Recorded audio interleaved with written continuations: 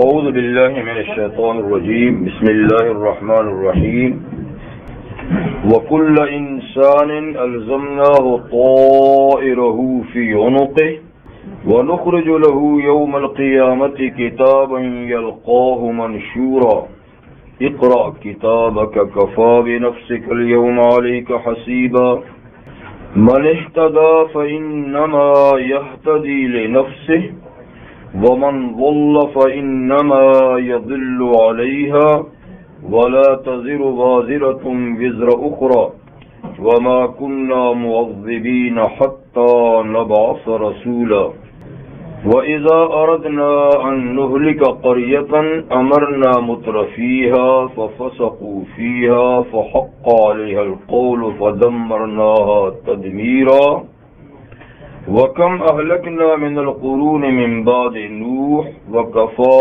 بربك بذنوب عباده خبيرا بصيرا صدق اللہ العظیم۔ سورۃ الاسراء کی آیت نمبر 13 سے 17 تک آیات آپ کے سامنے تلاوت کی گئی۔ آیت نمبر 12 میں اللہ تعالی نے اپنی قدرت کی نشانیوں میں سے دن رات کی نشانیوں کا ذکر فرمایا تھا کہ وَجَعَلْنَا اللَّيْلَ وَالنَّهَارَ آیَتَيْنِ، دن اور رات کو دو نشانیاں بنایا ہے، اور رات کی نشانی کو مٹا ہوا، دھیما، کم روشنی والا بنایا، اور دن کی نشانی کو خوب دیکھنے بھالنے والی اور روشن نشانی کے طور پہ بنایا، تاکہ دن کے وقت تم اپنے رب کا فضل تلاش کرو۔ اور فضل سے مراد قرآن حکیم کی اصطلاح میں ایک خاص معنی ہے رزق، اور ایک عام معنی ہے کہ ہر فضل و کمال۔ تو ہر فضل و کمال کے لیے بھی دن ہی زیادہ موزوں ہے، روشن ہوتا ہے، اور آدمی کسب کمال کر سکتا ہے، اور خاص طور پہ کسب معاش کے لیے بھی دن ہی زیادہ موزوں ہے۔ لیکن یہ نہیں کہ رات میں کچھ بھی نہیں کرے، یعنی رات بھی اس کام کے لیے ہے، لیکن دن ذرا زیادہ موزوں ہے۔ تو ایک مقصد تو دن رات کی تخلیق کا یہ ہوا جی، کسب معاش، کسب کمال۔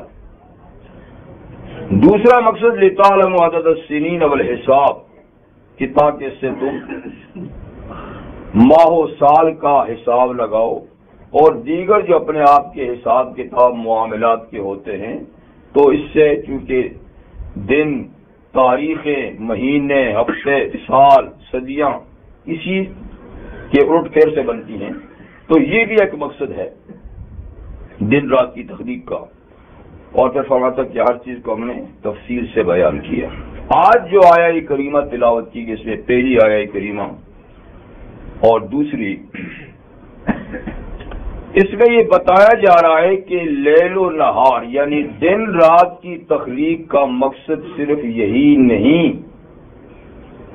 کہ یہاں کی زندگی کے بنانے کا ہی سارا معاملہ اس کے اندر کیا جائے، بلکہ دن رات میں جتنے بھی اعمال کیے جائیں گے اس بات کا خیال رکھا جائے کہ اس کے نتیجے کا بھی ایک دن آنے والا ہے۔ یہ نہیں کہ یہاں کمایا، کھایا، پیا اور زندگی ختم ہوئی تو سلسلہ ختم ہو گیا۔ اب سلسلہ ختم ہونے کا نہیں، بلکہ دن رات میں کیے جانے والے جو معاملات ہیں، اعمال ہیں، اشغال ہیں، نیکی بدی ہے، دنیا آخرت کے کام ہیں، جو بھی ہو رہا ہے دن رات میں، یہ سب نوٹ ہو رہا ہے، سب تحریر میں لایا جا رہا ہے، اور اللہ نے سب کچھ لکھنے کے لیے فرشتے مقرر کر رکھے ہیں۔ تو اس بات کا بھی یعنی دھیان رہے کہ ہم شب و روز میں جو کچھ کرتے ہیں یہ سب کچھ محفوظ ہو رہا ہے، اور اس کا نتیجہ نتیجے والے دن میں نکلے گا. تو وَكُلَّ إِنسَانٍ أَلْزَمْنَاهُ طَائِرَهُ، ہر آدمی کے گلے میں ہم نے اس کا نامہ عمل لازم کر دیا ہے. الزمنا لگا دیا ہے، چسپاں کر دیا ہے. طائر اصل میں پرندے کو کہتے ہیں اور شگون کو بھی کہتے ہیں، اچھا برا شگون. اور اس معنی میں قرآن حکیم میں جس کا استعمال ہوا سورہ یاسین میں بھی ہے اور دوسری صورتوں میں. لیکن یہاں طائر کا معنی نامہ عمل، جو فرشتے لکھتے ہیں، رجسٹر جو لکھتے ہیں، ڈائری جو لکھتے ہیں، تو اس سے مراد طائر سے وہ ہے. تو یعنی جب آدمی اس دنیا سے اپنا وقت پورا کر کے اگلے جہاں کی طرف روانہ ہوتا ہے تو جو کچھ اس زندگی میں دن رات میں اس نے اعمال کیے ہوتے ہیں وہ سارا دفتر لپاٹ کے اس کے گلے میں ڈال دیا جاتا ہے. اب وہ دفتر کتنا بڑا ہے آپ کو پتا ہے، جتنی زندگی لمبی، جتنے کام زیادہ، اتنا دفتر بھی بڑا. لیکن یہ چیزیں عالم غیب کی ہیں. اگر عالم شہادت کا معاملہ ہوتا تو اس دفتر کا دیکھنا ہی مشکل تھا. یعنی کتنی لائبریری ہو جاتی ایک ایک آدمی کی. لیکن یہ معاملہ عالم غیب کا ہے، نہ تو لکھنے والے نظر آتے ہیں، نہ ان کی ڈائریاں نظر آتی ہیں، اور نہ اس کے مجموعے کا پتہ ہے کہ یہ کتنا ہوگا. اور اللہ تعالیٰ فرماتے ہیں کہ ہم گلے میں ڈال دیں گے، جب مرے گا دنیا سے جائے گا تو سب کچھ اس کے گلے میں ڈال دیں گے، اور پھر گلے میں پڑا رہے گا. کب نکالیں گے؟ وَنُخْرِجُ لَهُ يَوْمَ الْقِيَامَةِ كِتَابًا يَلْقَاهُ مَنشُورًا، پھر بروز قیامت اس کو گلے سے نکالیں گے. اب دیکھیے عجیب بات ہے کہ یہ گلا بھی تو نہیں رہے گا، گلا بھی گل جائے گا قبر میں. لیکن بہرحال یہ ساری باتیں عالم غیب کی ہیں، جیسے قرآن کہتا ہے، جیسے نبی کریم علیہ السلام کا فرمان ہے، برحق ہے. اس لیے ہمیں اس بات کے ٹٹولنے کی ضرورت نہیں، اور نہ ہم اس کو معلوم کر سکتے ہیں کہ جی وہ کہاں ہے، اور جی پھر مر گئے تو کہاں چلا جائے گا. تو اس کا محفوظ رکھنا بھی اللہ کا کام ہے. تو طریقہ یہ ہے کہ موت کے بعد نامہ عمل گلے میں ڈال دیا جائے گا اور قیامت کے دن گلے سے اتار دیا جائے گا. وہ کیا ہوگا؟ کتاب یلقاہ منشورا، وہ باقاعدہ تحریر ہوگی، اس میں نیک و بد اعمال لکھے ہوئے ہوں گے. اور یلقاہ منشورا، وہ آدمی جس کا نام عمل ہوگا اس کو وہ بالکل کھلا ہوا پائے گا، کھولنے کی بھی ضرورت نہیں پڑے گی، بالکل کھلا ہوا پائے گا اس کے سامنے. اور اسے باقاعدہ کہا جائے گا اقرا کتابک، یہ آپ کی اپنی کتاب ہے، آپ کے اپنے عمل ہیں، تو آپ اس کو پڑھ لو، اس کو پڑھ لو. اب یہ آپ کو پتہ نہیں کون سی زبان میں لکھتے ہیں فرشتے؟ عربی زبان میں لکھتے ہیں. تو عربی زبان والے ہی کتنے ہیں دنیا میں، لیکن یہاں جس کا نامہ عمل ہے اسی کو کہا جائے گا کہ اپنا مکتوب، اپنی کتاب، اپنا نامہ عمل پڑھ.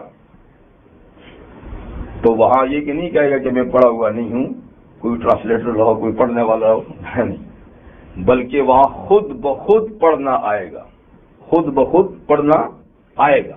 جب اگر پڑھ تو باقاعدہ پڑھے گا. ہر آدمی، ہر زبان کا آدمی، ہر ملک کا آدمی اپنے نامہ عمل کو بالکل ٹھیک طریقے سے پڑھے گا اور خوب سمجھے گا اور خوب یاد ہوگا کہ واقعی یہ سارے کام میں نے کیے ہیں، انکار بھی نہیں کر سکے گا. اور حق تعالیٰ شان فرمائیں گے کفا بنفسک الیوم علیک حسیبا، تجھ پر یہ تیرا نامہ عمل یہ کافی ہے حساب کے لیے، مزید کسی چیز کے ثبوت کی ضرورت نہیں. تاہم اور بھی ثبوت پیش کیے جائیں گے، لیکن یہ اتنا بڑا ثبوت ہے کہ اور کسی ثبوت کی ضرورت نہیں، کیونکہ پھر آگے جرا ہوگی نا. تو جب جرا ہوگی تو پھر وہاں جھوٹ بھی بولے گا انسان اور جی فرشتوں نے پتہ نہیں یہ اتنے کام میں نے نہیں کیا تو پھر جرا تو ہوگی نا. تو پھر اس کے ثبوت کو اور بھی طریقے سے پیش کیے جائیں گے، لیکن واقعی ثبوت یہی ہے. یعنی اس کو مسترد کرنا یہ تو سزا سے بھاگنے والی بات ہے. اب بھاگ کون سکتا ہے؟ لیکن بہرحال وہ ہاتھ پاؤں تو ماریں گے نا، جھوٹ بولیں گے، لیکن اصل ثبوت کیا ہے؟ یہی تحریر ہے. تو اس کو جب وہ پڑھے گا تو سورہ کاف جس کے بعد صورت ہے اس میں ہے کہ پڑھے گا تو کہ مال حاضل کتاب، یہ کیسی کتاب ہے؟ لا یغادر صغیرۃ ولا کبیرۃ الا احصاها، اس نے تو نہ کوئی چھوٹی بات چھوڑی ہے نہ بڑی بات چھوڑی ہے، سب کچھ لپیٹ لپاٹ کے زندگی کا جی ہر بات سے چھوڑ. جن چیزوں کو ہم کوئی بات ہی نہیں سمجھتے تھے، گپ شپ سمجھتے تھے، اس میں تو سب کچھ ہے. اور یہ پڑھنا ایسا ہی ہوگا جیسے نبی کریم صلی اللہ علیہ وسلم کے ارشاد گرامی ہے کہ جب دجال کا خروج ہوگا، پتہ ہے نا فتنہ دجال کا جی. ایسے تو دجال کے خروج ہوئے بھی ہیں اور آج بھی دنیا میں دجل و فریب کا دورہ ہے، لیکن ایک دجال اکبر آنا ہے آخری زمانے میں، اس کو دجال اکبر. یہ ابھی چھوٹے چھوٹے دجال ہیں. تو وہ ایک عظیم الشان فتنہ ہوگا. نبی کریم علیہ السلام نے ارشاد فرمایا کہ ہر نبی نے دجال کے فتنے سے اپنی امت کو ڈرایا ہے، لیکن اس نے نکلنا اس امت کے اندر ہے اور نکلنا بھی آخری زمانے میں ہے. تو پیغمبر کریم علیہ السلام نے بڑی تفصیل سے احادیث میں جیسے اور فتنوں کا ذکر کیا تو دجال کے فتنے کا بھی ذکر کیا کہ کہاں سے نکلے گا، کیا کرے گا، کیا نہیں ہوگا، کتنا دنیا میں رہے گا اور کیا دجل و فریب وہ کرے گا. تو خیر اس میں ایک یہ بات فرمائی کہ اس کی پیشانی پہ لکھا ہوگا کافر. دجال کی پیشانی پہ لکھا ہوگا، لیکن کاف الف کا اور فے را ساکن نہیں، کاف الگ اس کے ساتھ الگ الف جی اور پھر فا الگ جی اور را الگ، تو الگ الگ لفظوں میں لکھا ہوگا. کہنے کی بات یہ کر رہا ہوں کہ حضور نے فرمایا صرف مومن اس کو پڑھے گا، کافر کو نظر نہیں آئے گا. اس تحریر کو صرف مومن پڑھیں گے، جو مومن نہیں ہوگا نا اس کو کافر لکھا ہوا نظر نہیں آئے گا، اس لیے اس کے پیچھے ہو جائیں گے جی. تو ایسا ہوتا ہے جب اللہ تعالیٰ چاہتے ہیں نا، جس سے پڑھوانا چاہتے ہیں وہ پڑھ لیتا ہے، اور جس سے نہیں پڑھوانا چاہتے ہیں تو لکھا ہو تو نہیں پڑھ سکتا. تو یہ نامہ عمل کا معاملہ بھی ایسا ہے، ہر لکھا پڑھا یا بے لکھا پڑھا جو ہے دنیا سے جو جائے گا اپنا نامہ عمل وہ پڑھے گا اور اس پہ تبصرہ کیا ہوگا، کیا ہوا اس میں تو ہر چھوٹی بڑی بات لکھی ہوئی ہے. نبی کریم علیہ الصلوۃ والسلام نے ارشاد فرمایا جب وہ نامہ عمل پڑھے گا تو اللہ تعالیٰ ارشاد فرمائیں گے کہ میرے بندے یہ تیرے اپنے کیے ہوئے عمل ہے جو ہم نے گن گن کے اس میں لکھے، کیے تو نے ہیں، کرتوت تیرے ہیں. ہم نے صرف انما ہی اعمالکم احصیھا، ہم نے ان کو صرف ریکارڈ میں لایا ہے، کام تیرے ہیں. اب اگر اس کے اندر کوئی سعادت اور نیک بختی کی باتیں تجھے نظر آتی ہیں تو اللہ کا شکر کر کے اس کی توفیق سے تو نے یہ اچھے کام کیے، اور اگر اس کے اندر کوئی شقاوت اور بدبختی کی اور عذاب کی باتیں تجھے نظر آتی ہیں تو فلا تلومن الا نفسک، پھر کسی اور کو ملامت نہ کر، اپنے آپ کو ملامت کر، کیونکہ تیرا اپنا کیا ہوا ہے. تو برائیاں ہیں تو تیری کی بھی ہیں، خود کو ملامت کر، نیکیاں ہیں تو اللہ کا شکر ادا کر. تو یہ بتایا کہ دن رات جو ہماری قدرت کی نشانیاں ہیں اور اس میں تم جو اتنے کام کرتے ہو تو اس دھیان سے کرو کہ ایک آگے دن آنے والا ہے، اور اس دن رات کے اندر جتنے تم نے کام کیے ہیں دنوں راتوں میں تو اس کا حساب کتاب آگے ہوگا اور اس پہ جزا و سزا کا ترتب بھی آگے ہوگا. یہ بات سامنے رکھ کر لیل و نہار میں کام کرو.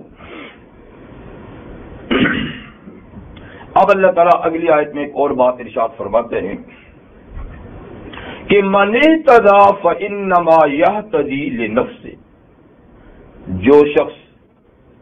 جس شخص نے ہدایت کو اپنایا، ہدایت قبول کی، راہ ہدایت پہ چلا، تو وہ اپنی ذات کے لیے راہ ہدایت پہ چلا. اس کا فائدہ اس کو خود پہنچے گا. وہ منزل مقصود پہ جب سیدھے رستے پر آدمی چلتا ہے نا تو اپنا فائدہ نا، ٹھیک منزل پہ پہنچتا ہے. اور جو رستے بدل کے چلتا ہے تو اپنا نقصان ہے نا، منزل پہ نہیں پہنچ سکتا. تو من اہتدی،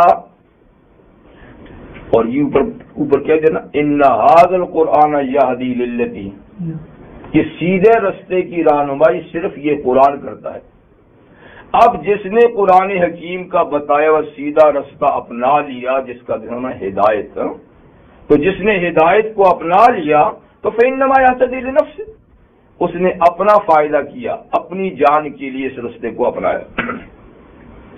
ومن ضل، اور جو بہک گیا، راہ راست سے بھٹک گیا، تو فإنما یضل علیہا، اس کا بھٹکنے کا نقصان بھی اسی کو برداشت کرنا ہوگا. تو ہدایت بھی اپنے لیے اور ضلالت بھی اپنے لیے، اس میں کسی کا کیا نقصان. جو آدمی کرتا ہے اپنے لیے کرتا ہے. اور یہ اصول بھی اللہ تعالیٰ نے بیان فرمایا کہ وَلَا تَزِرُ وَازِرَةٌ وِزْرَ أُخْرَىٰ وَلَا تَزِرُ وَازِرَةٌ وِزْرَ أُخْرَىٰ، کوئی دوسرے کا بوجھ قیامت کے دن نہیں اٹھائے گا. کوئی دوسرے کا بوجھ نہیں اٹھائے گا، ہر آدمی کو اپنا اپنا بوجھ اٹھانا ہوگا. سورہ فاطر میں وَإِن تَدْعُ مُثْقَلَةٌ إِلَىٰ حِمْلِهَا لَا يُحْمَلُ مِنْهُ شَيْءٌ وَلَوْ كَانَ ذَا قُرْبَىٰ. اگر بوجھ اٹھانے کے لیے کوئی دوسرے کو کہے گا بھی کہ میرا بوجھ تھوڑا سا اٹھا لو، تو وہ کبھی نہیں اٹھائے گا، اگر کہ بلانے والا اس کا قریبی رشتہ دار ہی کیوں نہ ہو، ابو امی ہی کیوں نہ ہو، بھائی بہن ہی کیوں نہ ہو، کہ تھوڑا سا ہمارے گناہ کا بوجھ بھی اٹھا لو، لیکن کوئی کسی کا بوجھ نہیں اٹھائے گا. تو یہ اصول ہے.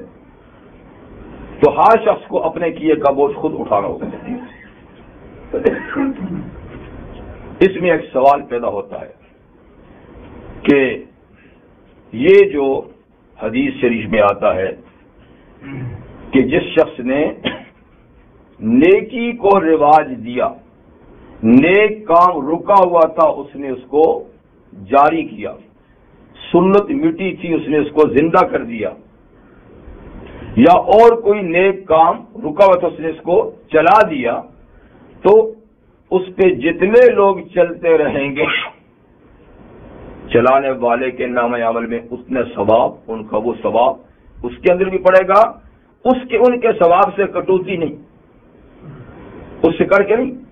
اللہ اپنے فضل سے جتنے عمل اس چلنے والے کو دیں گے اتنے ہی رستہ بتانے، جیسے کہ فرمان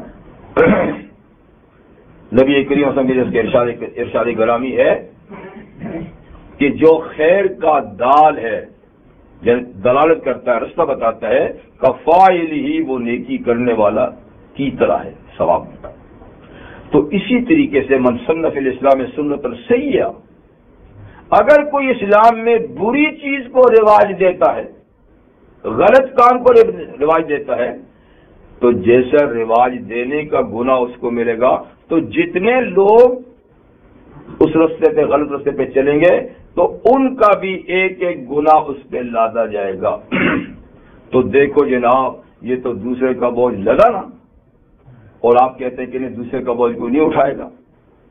تو جیسے نیکی بتانے والے کے پلے پڑتی رہیں گی، تو برائیاں بھی تو برائی کا رستہ بتانے والے کے پلے پڑتی رہیں گی. تو برائی اس نے کی اور وہ، تو اصل بات یہ ہے کہ یہ کوئی دوسرے کا بوجھ نہیں ہے، یہ اپنا ہی بوجھ ہے. اس لیے کہ یہ بھی تو بوجھ، یہ بھی تو گناہ ہے کسی کو برے رستے پہ لگانا، یہ بھی تو گناہ ہے نا جی. تو تو وہ جو برے پہ جا رہے ہیں تو اس نے جو رستے پہ لگایا تو یہ اسی اپنے گناہ کو لے رہا ہے. یہ نہیں کہ یہ تو جب ہوتا نا کہ اس کو معاف کر دیا جاتا تو اس پہ لگ، اس سے اتار کے اس پہ لگاتا نا، پھر ہوتا نا دوسرے کا بوجھ اٹھانا، وہ تو اپنا پورا بوجھ اٹھائے گا، اتنا ہی جو یہ اٹھائے گا. تو دراصل یہ برے رستے کی رہنمائی اتنا بڑا گناہ ہے، اتنا بڑا گناہ ہے کہ یہ اپنے ہی گناہ اٹھا رہا ہے، جتنے وہ کرتے اپنے ہی گناہ اٹھا رہا، تو یہ کوئی دوسرے کو گناہ نہیں. جیسے نبی کریم صلی اللہ علیہ وسلم نے ارشاد فرمایا کہ قتل ناحق کی برائی کا موجد کون ہے؟ آدم علیہ السلام کا بیٹا قابیل. اس سے پہلے قتل ناحق نہیں تھا، سب سے پہلا قتل ناحق قابیل نے کیا. تو حضور نے فرمایا دنیا میں جتنے بھی یعنی قتل ناحق ہوتے ہیں تو ایک ایک کا اس کے خاتمے پڑتا ہے، ایک یہاں قاتل ایک. تو یہ جو دنیا بھر میں جتنے بھی قتل ہوں گے انسانوں کے ناحق، وہ سارے جو قابیل کے کھاتے میں پڑیں گے تو اپنا اس کا یہ فعل ہے. یہ نہیں کہ ان قاتلوں کو معاف کر کے تو ان کا بوجھ اللہ دیں گے، بلکہ خود دیکھیں نیکی کی رہنمائی اور بدی کی رہنمائی بذات خود اتنے بڑے جرائم ہیں اور اتنا بڑا ثواب ہے کہ اس کا سلسلہ رکتا نہیں، اس نیکی کا سلسلہ رکتا نہیں ہے. یہ جیسا کہ نا وہ صدقہ جاریہ ہے، تو جس طرح صدقہ جاریہ ہے ایسا گناہ بھی جاریہ ہے. تو گناہ کوئی جاری کر لے تو بات بظاہر تو بڑی آسان ہے، لیکن بہت برا پھنسے گا، اس لیے کہ اس رستے پہ جتنے جائیں گے تو رستہ جس نے کھولا ہے نا تو یہ جاری گناہ اس پہ بھی پڑتا رہے گا. اپنا گناہ ہے، یہ دوسرے کا گناہ نہیں. اس کے بعد اللہ تعالیٰ ایک اور اصول بیان فرماتے ہیں وَمَا كُنَّا مُعَذِّبِينَ حَتَّىٰ نَبْعَثَ رَسُولًا، اور ہم کسی کو عذاب نہیں دینے والے تا وقت کہ ہم رسول نہ بھیج دیں. اتمام حجت ہو جانے کے بعد سزا دیتے ہیں، کیونکہ اتمام حجت نہ ہو تو سزا دینا عدل کے منافی ہے، انصاف کے منافی ہے. تو عدل یہ ہے کہ پہلے بتایا جائے، پھر بتانے کے بعد کوئی نہیں مانتا تو سزا ہو.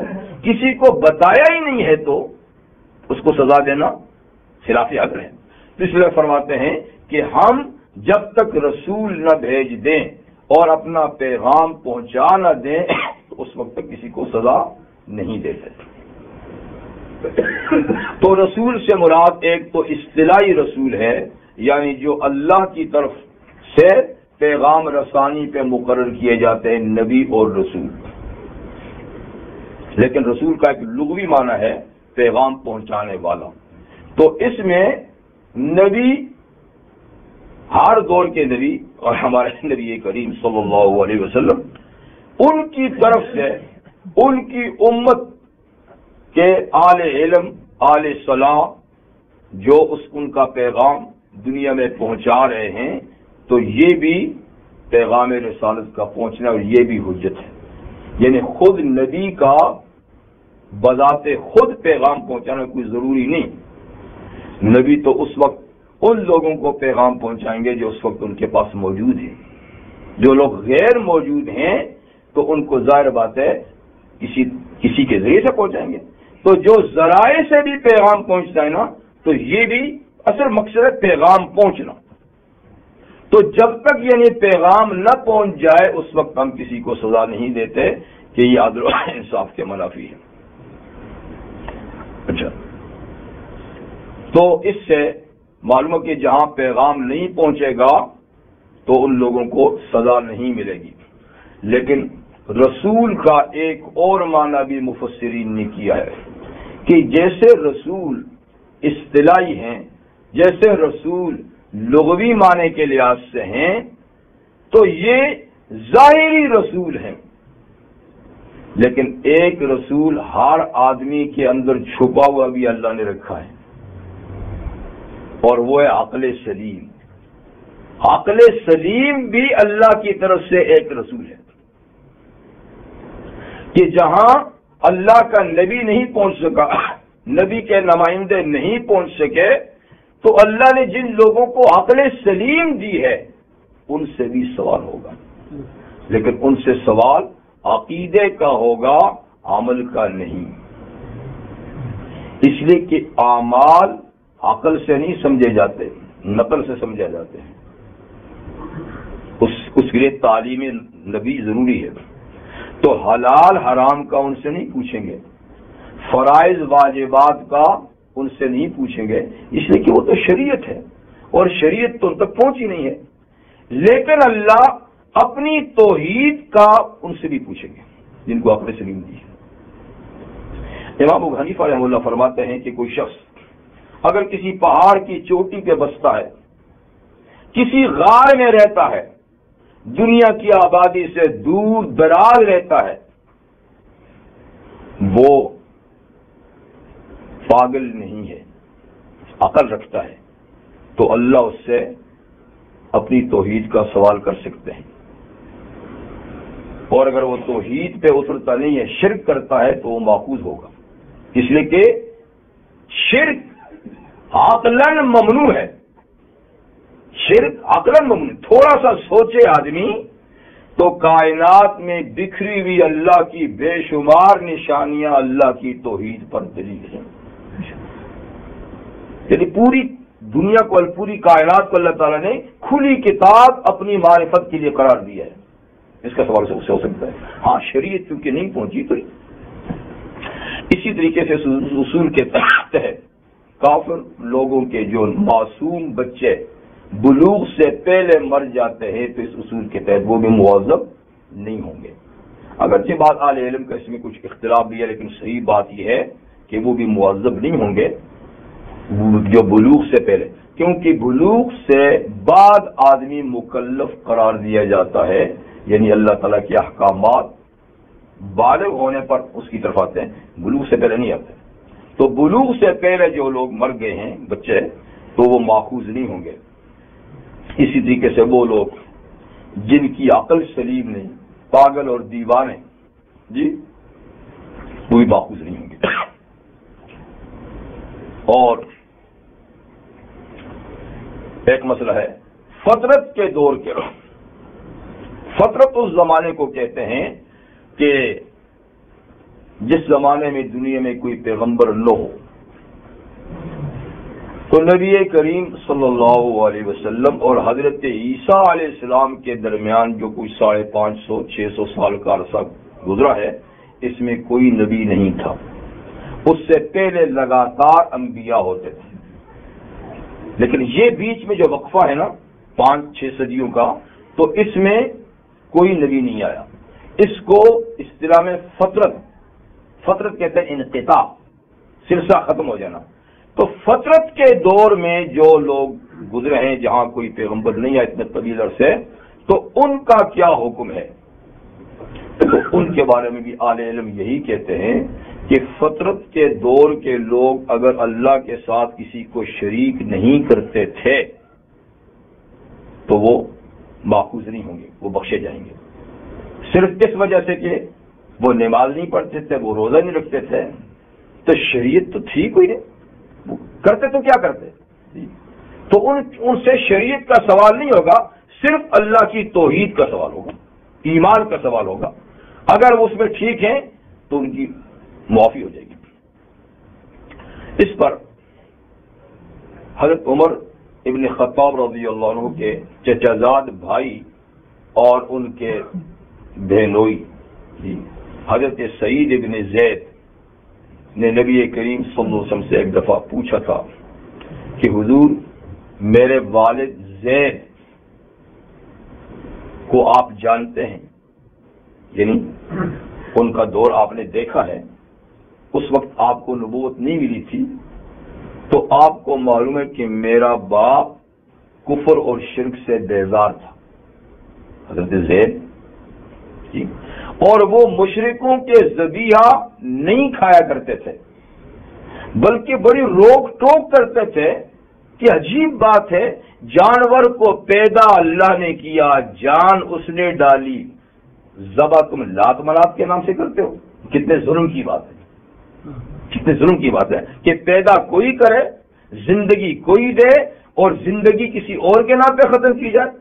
تو یہ نہیں مطلب کہ وہ روک ٹوک کرتے تھے اور اس قسم کے ذبیحے بھی نہیں کھاتے تھے اور بھی کوئی بت پرستی وغیرہ نہیں کرتے تھے، لیکن شریعت بھی کوئی نہیں تھی نا جس پہ عمل کرتے، اور وہ رائے ہدایت کی تلاش میں وہ بیٹھے بھی نہیں رہے، بلکہ حق کی تلاش میں انہوں نے باقاعدہ سفر بھی کیے کہ مجھے کوئی صحیح دین مذہب ملے تو میں اس کو اختیار کروں، اس کے مطابق میں کام کروں۔ تو وہ یہودیوں سے بھی اس سلسلے میں ملا، عیسائیوں سے بھی اس سلسلے میں ملا، لیکن کہیں رائے حق نہیں ملا۔ تو آخر وہ آ کر تھک ماند کر بیت اللہ میں آ کر بیت اللہ کی دیوار کے ساتھ کھڑے ہو کر آسمان کی طرف منہ کر کے اس نے کہا کہ یا اللہ آپ جانتے ہیں کہ میں شرک سے کفر سے بیزار ہوں، میں رائے حق کا متلاشی بھی ہوں، لیکن مجھے دنیا کے دونوں بڑے مذاہب عیسائی یہودیت میں بھی ہدایت نظر نہیں آئی اور بھی کوئی نہیں، تو بس یا اللہ میں آپ کو گواہ کر کے یہ اقرار کرتا ہوں کہ میں ملت ابراہیمی پر ہوں، اگر جس کی تفصیلات کا پتہ نہیں ہے کہ ملت ابراہیم کی تفصیلات کیا ہے، عبادات کیا ہے، پر بس میں اجمالی طور پہ یعنی اس پر ہوں۔ تو خیر وہ نبی کریم علیہ السلام کے نبوت ملنے سے پہلے جناب زید کا انتقال ہو گیا۔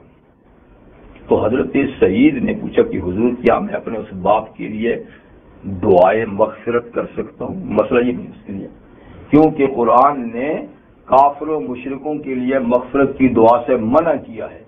میرے والد کی پوزیشن تو یہ ہے کہ مسلمان بھی نہیں ہوا کیونکہ نبوت ہی نہیں تھی آپ کی، اور کفر سے بھی بیزار تھے، تو ایسی صورت میں تو مطلب ہے کہ یہ دور فطرت کے موحد لوگ تھے، جیسے کہ برقہ صاحب بھی ایسے تھے، برقہ بن نوفل، اس طرح کے کئی لوگ تھے۔ تو نبی کریم نے فرمایا کہ ہاں تم اپنے باپ کے لیے دعائیں مغفرت کر سکتے ہو، میں اس کو جانتا ہوں، اور تیرا باپ تو قیامت کے دن ایک امت کی حیثیت سے اٹھایا جائے گا۔ یعنی یہ گھپ اندھیرے میں ایک آدمی چراغ حق کا اتنا متلاشی ہو تو یہ بہت بڑا کارنامہ ہے، معمولی بات نہیں۔ جہاں ہر طرف مسلمان ہو، ہدایت کی روشنی ہو، تو کوئی ہدایت میں آ جائے، جی یہ تو کمال کی بات، اتنی کمال کی بات تو نہیں ہے نا کہ روشنی میں آ گیا۔ اندھیرے میں کوئی سر ٹکرا کے آئے تو اس کی قیمت ویلیو زیادہ ہے، آپ اس کے لیے کرو، وہ تو ایک امت کی حیثیت سے اٹھائے گا۔ تو خیر عرض یہ کر رہا تھا کہ اللہ تعالیٰ نے یہ اصول بیان کیا کہ ہم تا وقت کے حجت پوری نہ کر لیں، انبیاء بھیج کر پیغام رسانی کر کے، اس وقت تک ہم کسی کو سزا نہیں دیتے۔ اور اس بات کو اللہ تعالیٰ نے دوسری آیات میں بھی ذکر فرمایا ہے، رسلا مبشرین ومنذرین لئلا یکون للناس علی اللہ حجۃ من بعد الرسل، کہ ہم نے رسول بھیجے بشارت سنانے والے، ڈر سنانے والے، تاکہ لوگوں کو کل قیامت کے دن اللہ پر حجت قائم کرنے کا موقع نہ ملے کہ یہ آیا ہی کوئی نہیں تھا۔ ما جاء من بشیر ولا نذیر، اے اللہ ہمارے پاس تو کوئی بشیر نذیر آیا ہی نہیں تھا۔ تو فقط جاءکم بشیر و نذیر، دیکھو بشیر اور نذیر آ گیا ہے، اب حجت باقی نہیں۔ تو خیر یہ بات تو اپنی جگہ میں ہے کہ جس تک پیغام نہیں پہنچا اور اسباب نہ تھے ماخوذ نہ ہوگا، لیکن جن کی ڈیوٹی ہے پیغام پہنچانے کی اور نہیں پہنچایا وہ تو ماخوذ ہوں گے، ان سے تو پوچھ ہوگی نا کہ جن کے پاس نبی کریم صلی اللہ علیہ وسلم ایک ڈیوٹی دے کر گئے کہ فَلْيُبَلِّغُ الشَّاهِدُ الْغَائِبُ، میں نے تم تک بات پہنچا دی، اور جو تم حاضر ہو جنہوں نے پیغام سنا وہ غیر حاضروں تک قیامت تک اس پیغام کو پہنچا دیں۔ تو پیغام رسانی کی ڈیوٹی جو حضور نے امت کے ذمہ لگائی، اب امت اگر اس میں کوتاہی کرے گی اور دنیا میں اتنے وسائل موجود ہونے کے کہ آج اتنے وسائل ہیں کہ کبھی اتنے وسائل دنیا میں کبھی نہیں تھے جی، تو اس کے باوجود اگر امت اس سلسلے میں غفلت کرے گی اور اس پیغام کو کہیں نہیں پہنچائے گی جہاں پہنچ سکتا تھا، تو ان سے تو پوچھا جائے گا کہ تم نے کیوں نہیں پہنچایا. تو اس بات کا بھی خیال رکھا جائے جی. وَإِذَا أَرَدْنَا أَن نُهْلِكَ قَرْيَةً أَمَرْنَا مُتْرَفِيهَا فَفَسَقُوا فِيهَا فَحَقَّ عَلَيْهَا الْقَوْلُ فَدَمَّرْنَاهَا تَدْمِيرًا. یہ اللہ تعالیٰ اپنی عذاب دینے کی ایک اور سنت اور طریقے کو بیان فرماتے ہیں کہ جب ہم نے کسی قوم کو سزا دینی ہوتی ہے تو صورتحال کیا پیدا ہوتی ہے کہ ہم اس کو سزا دیتے ہیں. یعنی کیسی صورتحال پیدا ہوتی ہے کہ جس کے بعد ہم سزا دیتے ہیں. تو اس کے لیے پہلے کوئی صورتحال ہو تو اس کو بیان فرماتے ہیں. وَإِذَا أَرَدْنَا جب ہم چاہتے ہیں أَن نُهْلِكَ قَرْيَةً کہ کسی شہر، کسی بستی یا کسی ملک کو ملیا میٹ کرے، اس کو تباہ برباد کر دے، اس پہ سزا، اس پہ عذاب بھیج دے، تو صورتحال یہ تھی کہ امرنا مترفیہا ہم حکم دیتے ہیں وہاں کے مالدار طبقے کو. مترف کہتے ہیں مالدار طبقے کو جی، جن کے پاس ہر قسم کے وسائل موجود ہیں کہ ان وسائل سے سیدھے رستے پہ بھی آ سکتے ہیں، ان کو غلط رستے بھی استعمال کر سکتے ہیں، اور عام طور پہ وہ وسائل غلط رستوں میں استعمال ہوتے ہیں. تو ہم مالدار طبقے کو کہتے ہیں فَفَسَقُوا فِيهَا وہ اپنی دولت مندی کے بلبوتے پہ اس شہر یا اس ملک میں فسق و فجور کا بازار گرم کر دیتے ہیں. ہر قسم کی معاصی، ہر قسم کی فحاشی وہ پھیلاتے ہیں اور خود بھی کرتے ہیں، اوروں کو بھی اس میں پھنساتے ہیں. تو جب غالب ہو جاتی ہے نا فسق و فجور، غالب ہو جاتا ہے، اکثریت ہو جاتی ہے، تو فحق علی القول عذاب والی بات اب ان پر پکی ہو جاتی ہے. ٹھیک ہے نا؟ جیسے کہ جب ایک چیز غالب ہو جاتی ہے نا تو فیصلہ اس پہ کیا جاتا ہے. جب نیکی غالب ہو جاتی ہے تو فیصلہ اور ہوتا ہے. جب بدی غالب ہو جاتی ہے تو پھر چند آدمیوں کی وجہ سے سزا رکتی نہیں. یہ اور بات ہے کہ وہ ڈیوٹی انجام کرتے رہے، بات چلی نہیں، لیکن دنیا میں سزا بظاہر ان پہ بھی آئے گی جو حقیقت میں ان کے لیے سزا نہیں، ان کے لیے زندگی کے آخری مرحلہ تھا اس طریقے سے، لیکن ظاہر میں لگتا ہے کہ ان کو بھی سزا ہوئی. ہاں جو ڈیوٹی نہیں انجام دیتے تھے تو ان کے لیے وہ عمومی سزا، ان کے لیے بھی دنیاوی سزا ہوتی ہے. آخرت میں معاملہ اور ہوگا. وہ جیسے کہ خاص واقعہ نبی کریم صلی اللہ علیہ وسلم نے ایک حدیث میں بیان فرمایا کہ اللہ تعالیٰ نے ایسی ہی ایک بستی جس میں فسق و فجور غالب آ گیا تھا تو جبریل امین کو حکم دیا کہ جاؤ اس کو تہو بالا کرو. تو جبریل امین نے عرض کی حضور ٹھیک ہے فسق و فجور غالب ہے، اکثریت ایسا ہے، پر وہاں آپ کا ایک ولی بھی تو بستا ہے، ایک بڑا نیک پرہیزگار آدمی جس نے پل جھپکنے کے برابر بھی آپ کی نافرمانی نہیں کی، تو اس کے بارے میں کیا حکم ہے؟ یعنی اس کو نکال دوں وہاں سے پھر عذاب دوں یا کیا کروں؟ تو حضور نے فرمایا اس سمیت بستی کو لوٹتے. اچھا اس نے تو پل جھپکتے بھی کہا وہ نہیں کی، لیکن اس کے چاروں طرف فسق و فجور کا بازار گرم رہا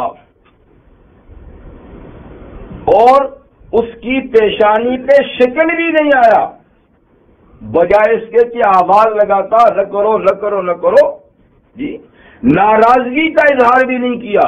اس لیے اس سزا میں اس کو بھی ساتھ رکھو، آگے پھر دیکھیں گے. تو مطلب کہ جب شر غالب ہو جاتا ہے اور غلبے پہ جب عذاب آتا ہے تو اس میں جو نیک طبقہ ہے اگر وہ ڈیوٹی انجام دیتا رہا تو اس کے لیے یہ سزا نہیں ہے، اس کے لیے یعنی اس کی زندگی اسی طریقے سے ختم ہونے کا فیصلہ ہے کہ وہ ایسے ختم ہو گئے زلزلے میں دب کر فلاں فلاں طریقے سے، ٹھیک، لیکن اگر انہوں نے ڈیوٹی انجام نہیں دی تو دنیاوی سزا کے اندر وہ بھی مستوجب سزا ہے، ٹھیک۔ تو ہمارا فیصلہ اللہ تعالیٰ یعنی غلبے پہ کرتے ہیں۔ تو ہم حکم دیتے ہیں مالدار طبقے کو، کیونکہ یہ ایک ساری کارستانی انہی کی ہوتی ہے نا، غریب بیچارہ کیا کرے گا؟ یہ نت نئے خرابیاں جو ہیں وہیں سے پیدا ہوتی ہیں۔ تو فسق و فجور کا بازار کرتے ہیں گرم، تو حق علیہ قول اس بستی پہ عذاب کی بات پکی ہو جاتی ہے، فدمرناها تدمیرا، تو ہم اس کو مکمل طور پہ ملیا میٹ کر دیتے ہیں اور اس کو عبرت کا نشان بنا لیتے ہیں، ٹھیک ہے نا۔ یہاں کچھ بات ہے تھوڑی سی، وہ ایک یہ کہ اللہ تعالیٰ فرماتے ہیں ہم حکم دیتے ہیں مالداروں کو کہ فسق و فجور کریں، یہ تو غلطی کا حکم ہوا، اور اللہ تعالیٰ تو کسی کو غلطی کریں بلکہ اللہ تعالیٰ تو اس کو اچھائی بات میں کہتے ہیں۔ تو یہ کیسے کہہ دیا کہ آپ ان مالداروں کو کہتے ہیں کہ فسق و فجور کرو؟ سمجھے بات؟ بظاہر آیت میں ایسے ہی ہے نا کہ ہم حکم دیتے ہیں مالداروں کو، وہ فسق و فجور کرتے ہیں اور پھر پوری بستی کی ناؤ ڈوب جاتی ہے۔ حالانکہ ان اللہ لا یامر بالفحشاء، ان اللہ یامر بالعدل والاحسان، اللہ تو عدل و احسان اور نیکی کا حکم دیتے ہیں، فحشاء اور فسق و فجور و گناہوں سے تو اللہ تعالیٰ روکتے ہیں۔ تو یہ کیا ہوا؟ تو اس سوال کا جواب یہ ہے کہ اللہ کے امر دو طرح کے ہیں، ایک ہے امر تشریعی اور ایک ہے امر تکوینی، سمجھے بات؟ ایک وہ اوامر ہیں، وہ احکامات ہیں جو شریعت کے طور پہ آتے ہیں، ایک نظام کے طور پہ آتے ہیں جو نبی کے واسطے سے آتے ہیں، اس کو شریعت کہتے ہیں۔ یہ کرو، یہ نہ کرو، یہ حرام ہے، یہ حلال ہے، یہ جائز ہے، نجائز، ٹھیک ہے نا۔ ایک ہے امر تکوینی۔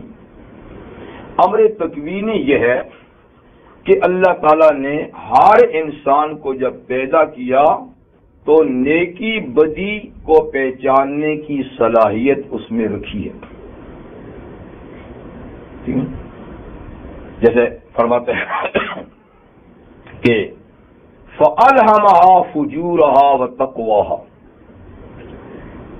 انسان کو پیدا کیا تو فَأَلْهَمَهَا فُجُورَهَا وَتَقْوَاهَا، تو الہام کر دیا یعنی اس کی فطرت میں رکھ دیا فسق و فجور والا رستہ بھی اور تقوی والا بھی، نیکیاں یہ ہیں، بدیاں یہ ہیں۔ اور دوسری صورت میں وَهَدَيْنَاهُ النَّجْدَيْنِ، ہم نے انسان کو دونوں رستے بتا دیے، جنت کا بھی دوزخ کا بھی، نیکی کا بھی بدی کا بھی، ٹھیک ہے نا۔ اب جب دونوں رستے بتا دیے تو ایک رستے کے لیے تو تشریعی قانون آتا کر اس کی تفصیل کے لیے کہ دیکھو اس پہ جاؤ گے یہ کام کرو گے تو اس رستے پہ نکل جاؤ گے، یہ کام کرو گے تو اس رستے پہ نکل جاؤ گے، اور پہلے فطرت میں دونوں رکھے ہیں نیکی بدی کے۔ اب اللہ تعالیٰ کسی کو مجبور نہیں کرتے کہ لازمی طور پہ تجھے ادھر ہی آنا ہوگا، بتا دیا، فطرت میں رکھ دیا، عقل سلیم بھی دے دی، لیکن جبر نہیں۔ من شاء فلیؤمن ومن شاء فلیکفر، جو چاہے ایمان کا رستہ اختیار کرے، جو چاہے کفر کا رستہ اختیار کرے۔ تو مطلب یہ ہے کہ اللہ تعالیٰ چلنے والے کی توفیق چھینتے نہیں، اگر وہ اپنے اختیار سے مرضی سے ادھر جاتا ہے تو اس کو ہاتھ سے پکڑ کے نہیں لاتے، بلکہ بتاتے ہیں کہ یہ خطرناک راستے پہ جا رہا ہے، اس کا انجام ٹھیک نہیں ہوگا۔ تو کیا ہوتا ہے کہ پھر بھی کوئی جاتا ہے تو نولی ما تولا، ہم بھی جانے دیتے ہیں جو ادھر جاتا ہے، ہم پکڑتے ہیں، مجبور نہیں کرتے۔ تو اس کو کہتے ہیں تکوینی حکم۔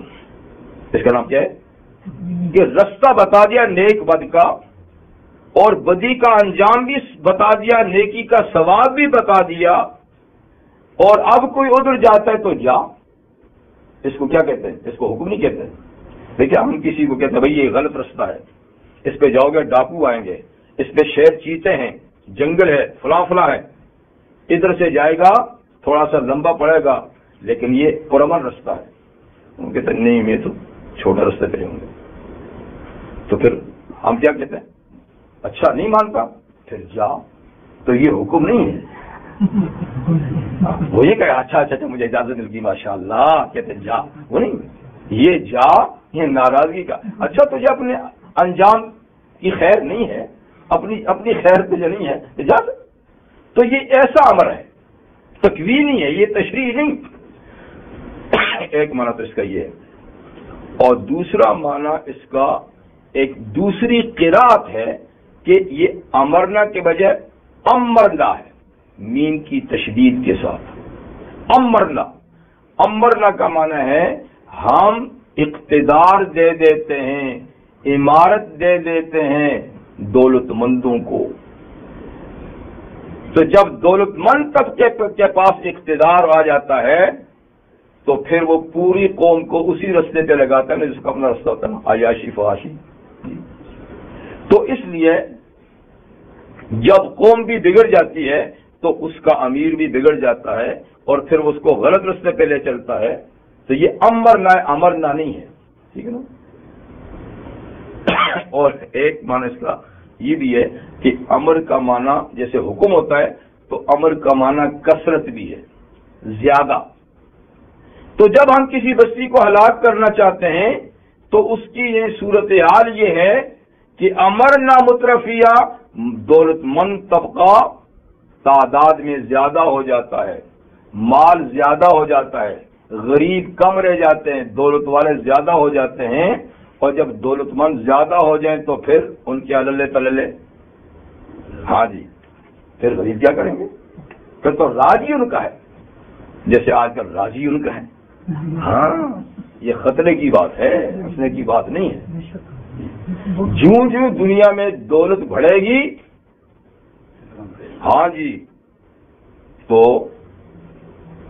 یعنی حب الدنیا راس کل خطیہ، دنیا کی محبت ہر برائی کی جڑ ہے، اصل ہے.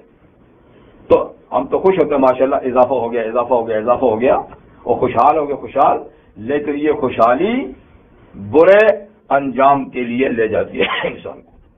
تو یعنی کثیر تعداد ہو جاتے ہیں مترف لوگ دولت مند، تو پھر وہ کیا کرتے ہیں؟ پھر ففسقوا فیہا، پھر اس شہر بستی اور اس ملک میں فسق و فجور کا بازار گرم کر دیتے ہیں. تو اس کی وجہ سے ان پہ پھر عذاب کی بات ثابت ہوتی ہے، ان کو نیچے میٹ کر دیتے ہیں. پھر اللہ تعالیٰ فرماتے ہیں یہ اصول ہم نے دنیا میں برتا بھی ہے. یہ نہیں کہ ہم تمہیں ایک اصول سمجھا رہے ہیں اور تم کو بھی کب ہوا ہے کہ ہم تمہیں بتائیں. وَكَمْ أَهْلَكْنَا مِنَ الْقُرُونِ مِنْ بَعْدِ نُوحٍ، تاریخ اٹھا کے دیکھو کتنے ہم نے ہلاک کر ڈالے ہیں. من القرون، امتوں میں سے. کتنی امتیں ہم نے ہلاک کر دی ہیں امتوں میں سے. قرن امت کو بھی کہتے ہیں، قرن زمانے کو بھی کہتے ہیں، قرن صدی کو بھی کہتے ہیں.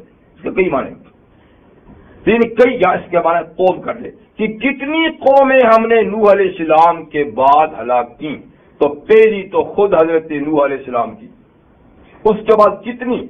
عاد، ثمود، قوم لوط، اصحاب مدین جی، اور پھر اور کئی قومیں.